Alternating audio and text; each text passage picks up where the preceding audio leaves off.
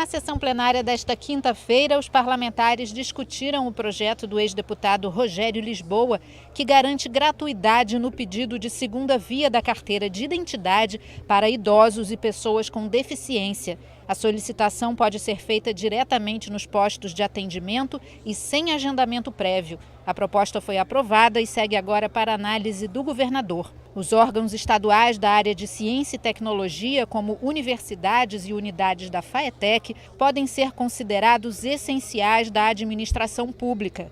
Com isso, fica proibida a suspensão de serviços públicos prestados por concessionárias nesses locais. A proposta do deputado Elbert Rezende inclui essas instituições na lei que já garante a continuidade dos serviços em órgãos da segurança pública, educação e saúde. O projeto foi aprovado em segunda discussão e segue para a sanção ou veto do governador. Existe uma lei 4.023 que ela proíbe que os órgãos concessionários de serviços públicos cortem o fornecimento de energia, de água, de órgãos que são essenciais ao funcionamento do Estado, como, por exemplo, os órgãos ligados à Defesa Civil, Saúde, Educação, ligados à Justiça. O que nós fizemos foi garantir também que os órgãos ligados à Secretaria de Ciência e Tecnologia não possam ter seus serviços cortados. Dentro da ciência e tecnologia, nós temos, por exemplo, as FAETECs, os CBTs. As universidades estaduais estão dentro, não estão na educação, estão dentro da ciência e tecnologia, a Fundação CCERJ. O que nós garantimos foi que essas entidades não terão mais o seu fornecimento de serviços públicos, como luz, água, gás, cortados por falta de pagamento, por exemplo. O Rio pode ter uma lei com as diretrizes para a elaboração de programas e políticas públicas para a primeira infância de crianças com microcefalia. O texto prevê a estimulação precoce da criança com uma equipe multiprofissional para evitar sequelas da malformação. O projeto da deputada enfermeira Rejane recebeu 5 emendas e retorna para as comissões. Pode se tornar obrigatória a instalação do dispositivo eletrônico conhecido como botão do pânico nas unidades da rede pública de ensino do Rio. O botão, ao ser acionado, enviará uma mensagem para a unidade mais próxima da Polícia Militar. Apenas a diretoria da escola vai ter acesso ao equipamento. A proposta da deputada Rosane Félix foi aprovada em segunda discussão. Proposta do ex-deputado Bernardo Rossi autoriza o governo a criar o programa Lei Seca Jovem para diminuir o consumo de álcool entre adolescentes e crianças. O parlamentar sugere que os órgãos públicos fiscalizem bares e boates, em parceria com os conselhos tutelares. O texto recebeu 7 emendas e volta a ser analisado pelas comissões. As empresas que anunciam produtos e serviços em sites da internet podem ser obrigadas a adotar medidas que garantam o direito do consumidor. Por exemplo, a divulgação da data em que o anúncio foi feito, para que o cliente saiba se ele é recente ou não. O projeto da deputada Zeidan foi aprovado em primeira discussão e retorna ao plenário para mais uma votação. Os usuários do Sistema Público de Saúde do Estado podem passar a ter acesso a uma cópia do prontuário médico. Hoje, a lei garante aos cidadãos apenas a consulta aos prontuários. A proposta do deputado Flávio Serafini altera a legislação de 2001, que trata dos direitos de usuários do Sistema de Saúde do Estado. O texto foi aprovado em primeira discussão e precisa passar por mais uma votação no plenário. Seja para buscar alternativas de tratamento, seja para buscar outros órgãos.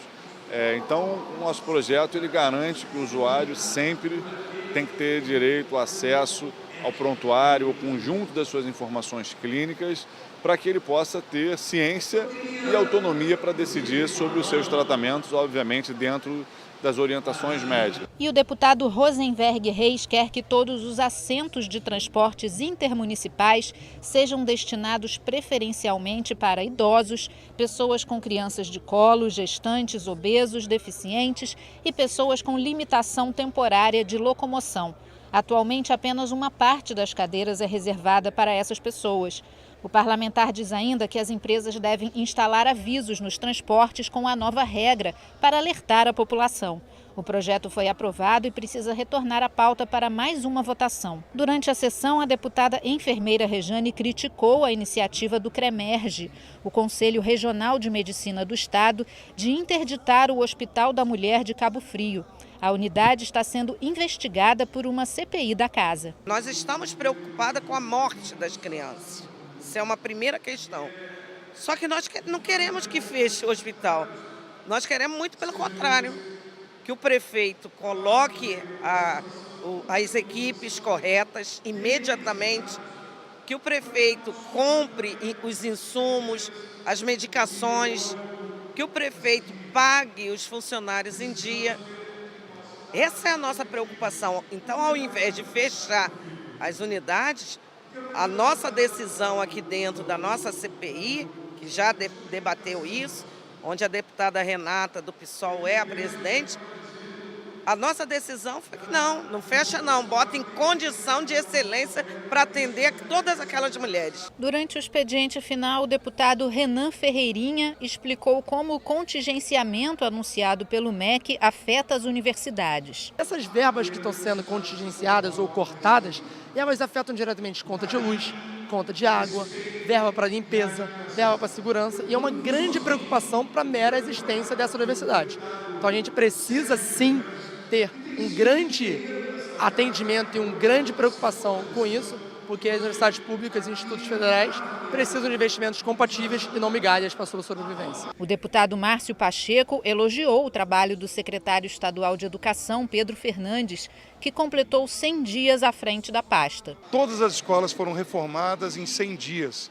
E um dado muito importante, até daqui a um ano vamos inaugurar, o governo vai inaugurar pela gestão do secretário Pedro Fernandes, 17 novas escolas. É um dado importante, em 17 anos foram inaugurados nos anos pretéritos apenas 12. É um avanço enorme, em 100 dias de governo a gestão da Secretaria de Educação tem se mostrado muito eficiente, contrato público, essa é a mostra de governo Witzel, tem se dedicado sim com uma pauta de dar prioridade à educação do nosso estado. Os deputados Luiz Paulo e Eliomar Coelho se posicionaram contra o contingenciamento no orçamento da educação. Os parlamentares também comentaram as manifestações dos estudantes e professores em todo o Brasil. Contingenciar 30% o orçamento da educação, onde o orçamento da educação, mais de 80% é despesa de pessoal, é inviabilizar as universidades, as escolas técnicas, o Pedro II, enfim, inviabilizar tudo.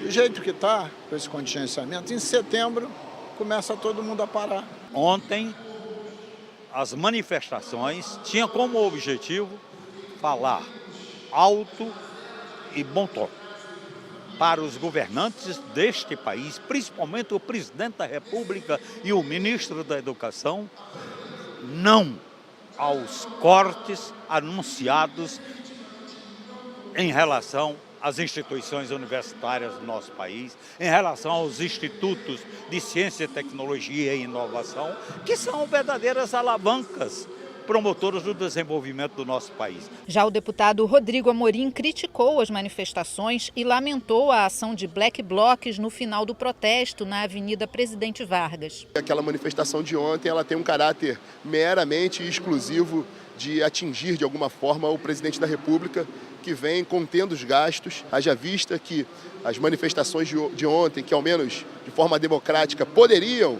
versar sobre alguma pauta específica às universidades, aos professores, mas se transformaram mais uma vez num circo de horrores, de depredação, destruição por toda a cidade, ônibus incendiados, elas deveriam ter um condão ali de falar especificamente sobre esse contingenciamento e veriam de forma clara que ele versa exclusivamente sobre as verbas que são de caráter discricionário e não sobre as verbas estruturantes da universidade. O deputado Valdec Carneiro também tratou do tema da educação e disse que o governo federal desrespeita a autonomia das universidades públicas. Tem um ataque em múltiplas dimensões. Esse é um governo que é inimigo da ciência, inimigo da pesquisa, inimigo da formação humana.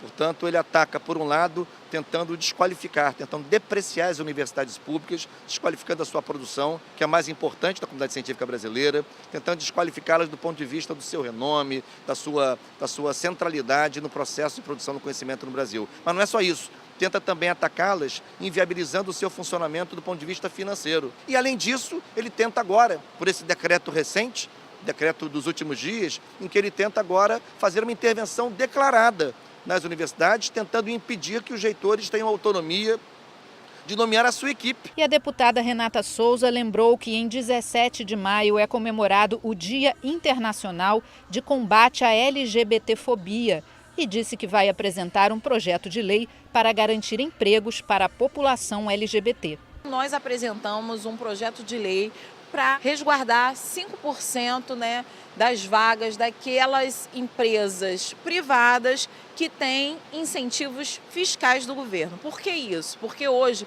a população travestis, mulheres trans, homens trans está relegada a trabalhos informais. A gente quer que essa população tenha uma entrada no universo do trabalho, do emprego formal, e por isso a gente apresentou esse projeto nesta casa.